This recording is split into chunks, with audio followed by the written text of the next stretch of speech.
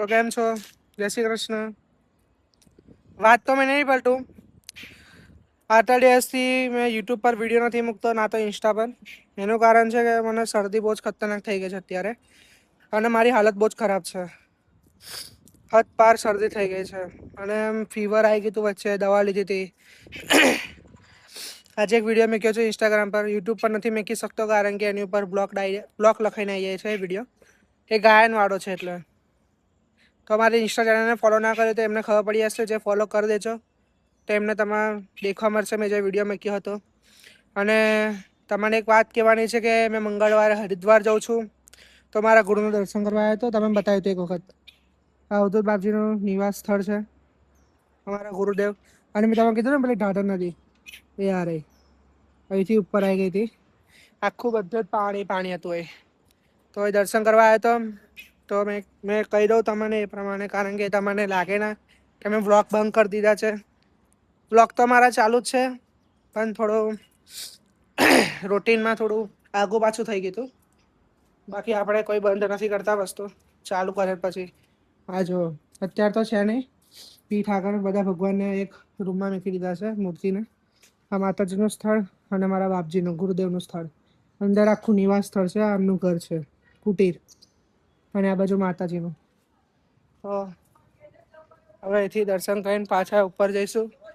અને આ બધે પાણી હતું, જોવો તમે ખાલી. અહીં આખા પાણી પાણી. અત્યારે છે ને ગરમી પણ બહુ થાય છે, વરસાદ નથી પડે એટલે. જો બધું અત્યારે તો બધું થોડું કિચડ કિચડ થોડું છે જ. તો ફટાફટ ઉપર જઈએ. અહીંયા મૂકેલા છે ભગવાનને ઉપર. અહીંયા રૂમ છે ને, એની અંદર બધા ભગવાનને મૂકેલા છે.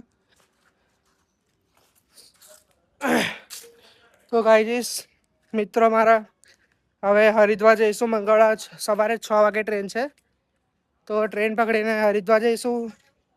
પછી ત્યાં તો કન્ટિન્યુ બ્લોગ આવશે જ. જો સ્ટોરેજ પ્રોબ્લેમ ના થાય તો બહુ સારું. ભગવાનની ખૂબ ખૂબ મહેરબાની. જો અહીંયા બધે પાણી પાણી હતું, તમે જોઈ જશે. અહીંથી પણ દેખાય, જો પાણી બતાવો તમે. આ ગાય માતા છે ને, એ બાજુ જો છે ને, એ બાજુ પાણી છે. જશે ને દેખાય તમારી બાજુ, બ્લર થઈ જાય છે. ઓકે, દેખાતું જશે, દેખાઈ જ ગયું હશે મોસ્ટ ઓફલી. શરદીને કારણે છે ને બહુ બોલાતું પણ નથી અત્યારે. એક વસ્તુ કહું, હવે મંદિર પર દર્શન કરવા ને બધા મને દેખે, એટલી ખતરનાક છીકો આવતી હતી, વાત ના પૂછો. તો જઈએ. શરદીને કારણ છે ને શ્વાસ ના લેવાય નાકથી, તો છે ને મોડાથી લેવો પડે છે. તો આપણે ફટાફટ જઈએ ઘરે. થોડોક સામાન લેવાનો છે, હરિદ્વાર જવાનું છે એટલે. સામાન લઈને પછી ઘરે જઈશું. પેકિંગ ચાલે છે અત્યારે તો, ધોતિયા કાપી કાઢ્યા છે અમુક તો. જઈએ ફટાફટ ઉપર. જો મૂર્તિ પણ બતાવો, આ બધી પાછળથી દેખાતી હશે તમને, આગળથી બતાવો. મૂર્તિ જોરદાર દેખાય છે. બધા પાણી જ હતું, પણ આજે પાણી ઉતર્યું છે એટલે દર્શન કરવા આવ્યો. કાલે મેન નહીં પડે.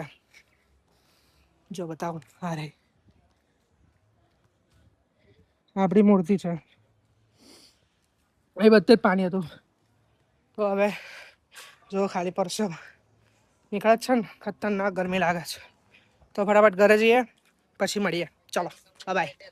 તો ગાય છે, તો મિત્રો ઘરે આવી ગયો છું. તો મારી બિલાડી કેવી ઊંઘે છે. ઉલુ લુલુ લુલુ બચ્ચું. સુઈ જા, સુઈ જા. હા હા, સુઈ જા ને.